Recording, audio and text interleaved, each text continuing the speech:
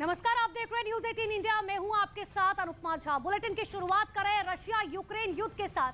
Russia की सेना जिस तरह से यूक्रेन के इलाकों पर लगातार कब्जा करती जा रही है, उसने यूक्रेन की चिंताओं को और भी बढ़ा दिया है। यही वजह है कि अब यूक्रेन के राष्ट्रपति व्लादिमीर जेलेंस्की ने अमेरिका और ब्रिटेन से एक बार फिर से फोन पर बातचीत की है। लेकिन खबर दरअसल ये है कि दोनों ही देशों ने अब रूस के खिलाफ एक ऐसी रणनीति बनाई है जो आने वाले दिनों में पुतिन की मुश्किलों को बढ़ा सकती है। ऐसा हम क्यों कह रहे हैं, ये रिपोर्ट देखिए।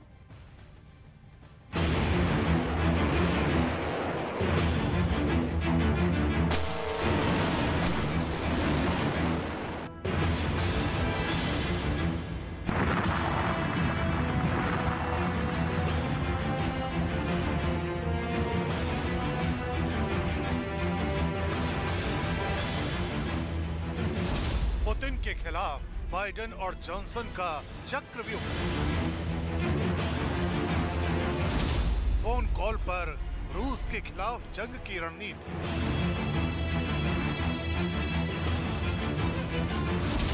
ज़ेलेंस्की का जंग जीतने वाला हॉटलाइन फॉर्मूला। यूक्रेन की धरती पर खूंखार हो चुके रूस को रोकने के लिए बाइडेन और जॉनसन ने एक बार फिर मोर्चाबंदी शुरू कर दी है।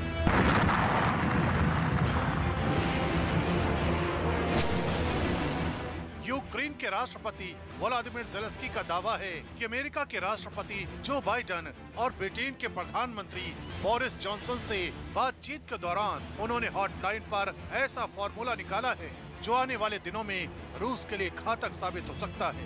आपको सिलसिलेवार सुनवाते हैं कि बाइडेन और बोरिस जॉनसन से फोन पर हुई बात के बाद राष्ट्रपति ज़ेलेंस्की ने अपने देश को क्या भरोसा दिलाया है।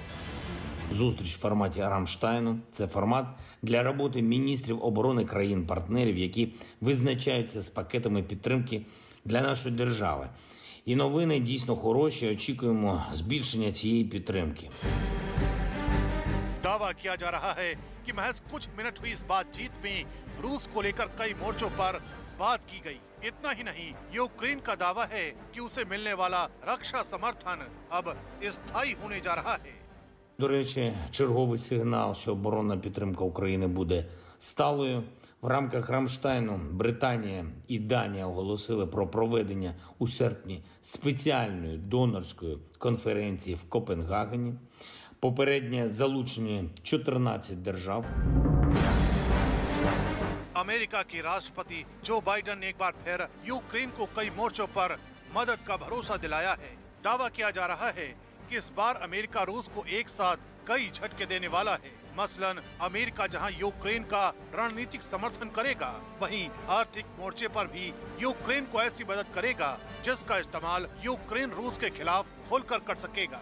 यूक्रेन के राष्ट्रपति ज़ेलेंस्की के मुताबिक अमेरिका ने यूक्रेन को बड़ी मदद का ऐलान किया है। राष्ट्रपति ज़ेलेंस्की का कहना है कि अमेरिका यूक्रेन को 78 अरब की मदद देने जा रहा है। इस मदद के तहत यूक्रेन को तटीय रक्षा से जुड़े हथियार सौंपे जाएंगे। यूक्रेन को नई आर्टिलरी भेजी जाएगी। इसके अलावा यूक्रेन को अत्याधुनिक मिसाइल सिस्टम दिया जाएगा। और मानवीयता के मोर्चे पर भी अमेरिका ने यूक्रेन के लिए अपना खजाना खोल दिया है। Провів сьогодні важливу розмову з президентом Америки Байденом. Сполучені Штати оголосили про нове посилення нашого захисту, новий пакет підтримки на $1 мільярд. Це береговий захист, це артилерія, сучасні ракетні системи. Будемо чекати. अमेरिकी राष्ट्रपति से बातचीत के दौरान दोनों देशों के बीच जंग की सामरिक रणनीतियों पर भी चर्चा की गई। Обговорили з президентом Байденом також і тактичну ситуацію на полі бою, і те, як прискорити нашу перемогу. इस दौरान राष्ट्रपति ज़ेलेंस्की ने रूस पर यूक्रेन के खिलाफ प्रोपेगेंडा फैलाने का भी आरोप लगाया। राष्ट्रपति ज़ेलेंस्की ने आरोप लगाया कि रूस यूक्रेन में जीत के झूठे दावे कर रहा है। रूस की प्रोपेगेंडा मशीनरी सच पर पर्दा डाल रही है। रूस अपने युद्ध अपराध को दुनिया से छिपा रहा है। Сьогодні били по Миколаєву. Сьогодні били по громадам Дніпропетровської області. Сьогодні били на Харківщині. Російські пропагандисти стали активніше вкидати фейки щоб спровокувати зневіру в Україні. Але не вірю, що хоча б якийсь із цих фейків здатен спрацювати. Світ справді хоче вчитися в українців тому, як воювати і як перемагати. लेकिन सवाल यही है कि क्या पश्चिमी देशों और यूरोप से जो मदद यूक्रेन को लगातार मिल रही है, उसके दम पर यूक्रेन रूस को रोक पाएगा?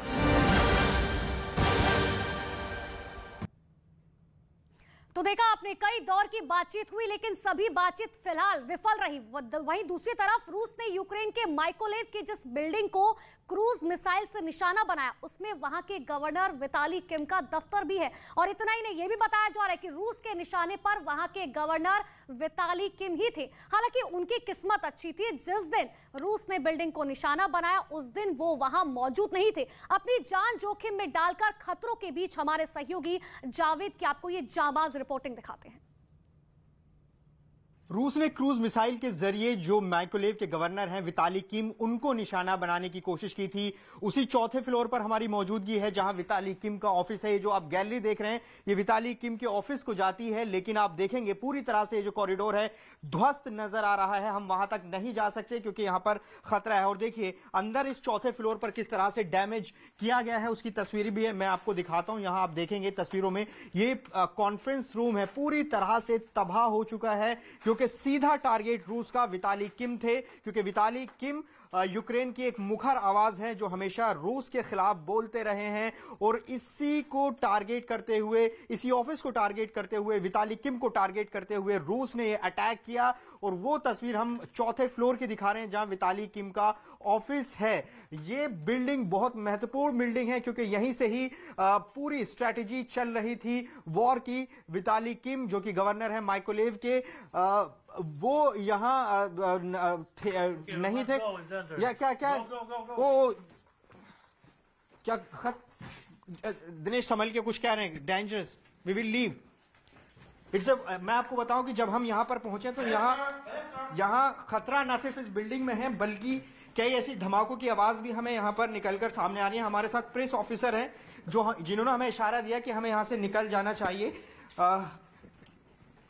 हमें यहां से निकलना होगा क्योंकि ये बहुत बिल्डिंग जर्जर हालत में है और यहां से सिर्फ 20 किलोमीटर की दूरी पर ही रशियन पोजीशन है।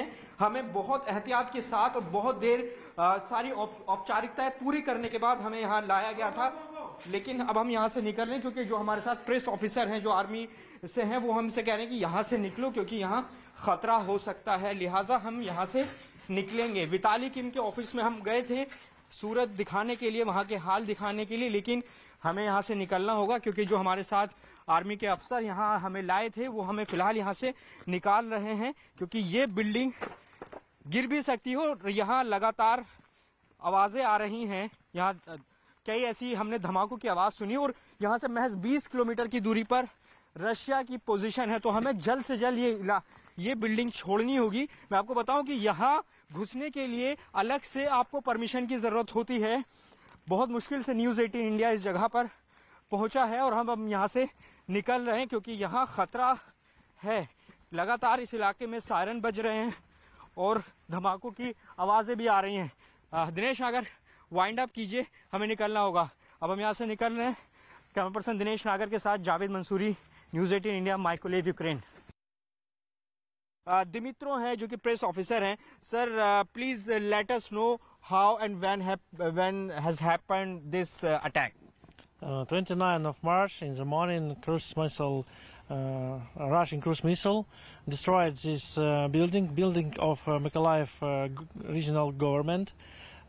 They start from Black Sea because Black Sea and Sea of Azov is occupied by Russians warships, because they want to occupy all south of Ukraine and made economic blockade of Ukraine. Please let us know how many people have been died here. 36 people die in this place, more people in hospitals.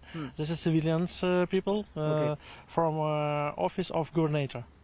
Just let us know one thing also.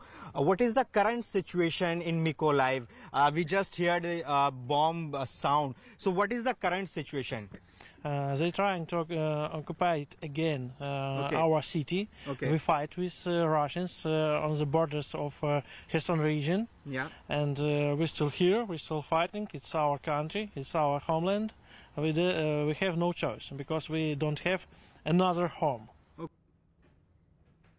तो देखा आपने, news 18 India लगातार पूरी जिम्मेदारी के साथ आपको ground reporting दिखा रहा है, लेकिन दूसरी तरफ किसी भी युद्ध में दुश्मन को निशाना बनाने के लिए लैंड माइन्स एक बेहद कारगर हथियार के तौर पर काम आते हैं। और रूस और यूक्रेन के बीच चल रही इस जंग के बीच भी दुश्मनों को छकाने के लिए ऐसी हजारों बारूदी सुरंगें बिछाई गई हैं। लेकिन अब इन्हीं बारूदी सुरंगों को जहां यूक्रेन की आम जनता के लिए मुसीबत क्योंकि वो बनता जा रहा है, और आलम तो ये हो चुका है कि अब यही लैंड माइन्स अनजान ही लोगों की मौत की वजह बनने लगे हैं। ये रिपोर्ट देखिए।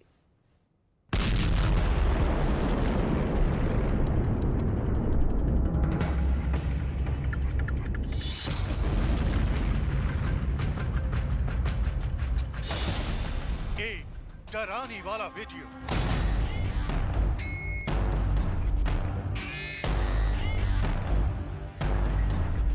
एक रोंगटे खड़े कर देने वाला सच।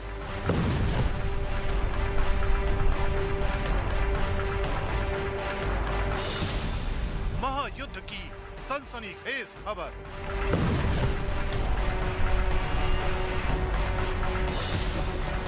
बारूद की बिसात पर मौत।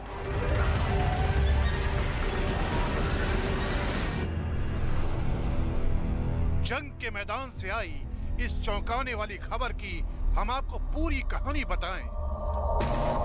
उससे पहले ओडेसा से आए इस वीडियो के एक एक फ्रेम को गौर से देखिए।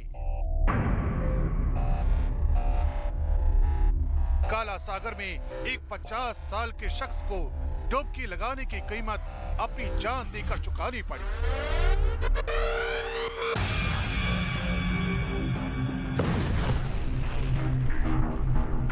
एक धमाका और सब कुछ खत्म।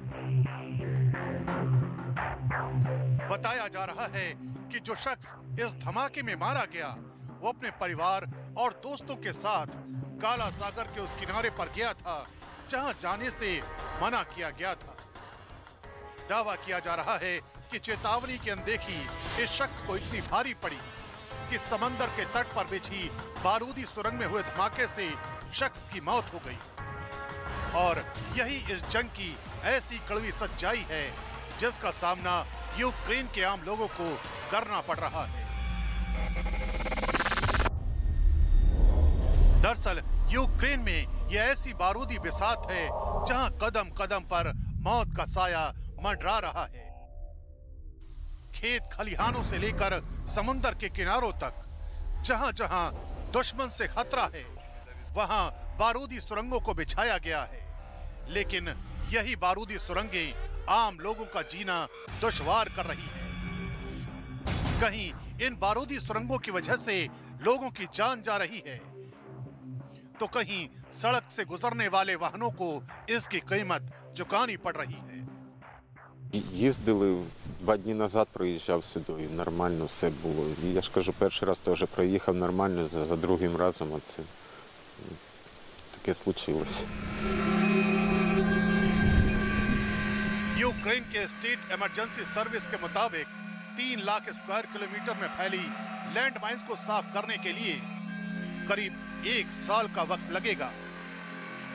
ये इलाका इतना बड़ा है जितना बड़ा एरिज़ोना या इटली।